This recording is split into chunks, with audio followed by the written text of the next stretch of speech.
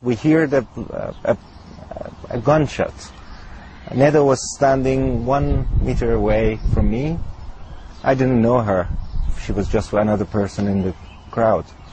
And I hear the sound, and I asked my friend who was standing beside me, what was that? Was it a gunshot? And he said, no, they say they were using plastic bullets. And, well, we were just standing there. All of a sudden I turned back, and I saw blood gushing out of Neda's chest, and she was in a shocked situation, just looking at her chest, which blood was gushing out. And then she left her, she lost her control. We ran towards her and lay her on the ground. I bent over her, and I saw the bullet wound then, which was right in the chest, below the neck, and blood gushing out. My experience says that it was the aorta hit and the lung as well.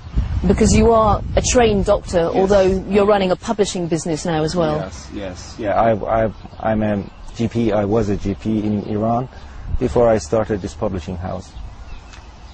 And, well, her aorta and her lung were hit by the bullet, and I don't know, because as far as I know, never an autopsy was performed on her. She was buried so fast afterwards, so nobody knows. But the bullet was, I can verify that the bullet came from in front, and it didn't leave from her back, so there were no bullet wounds, exit points in her back. It seemed, I have never seen such a thing, because the bullet, it seemed to have blasted inside her chest. That blood, and later on the blood exiting from her mouth and nose.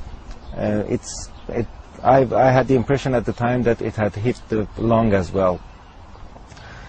Her blood was draining out of her body, and I was just putting pressure on the wounds to try to stop the bleeding, which wasn't successful, unfortunately, and she died in less than 1 minute.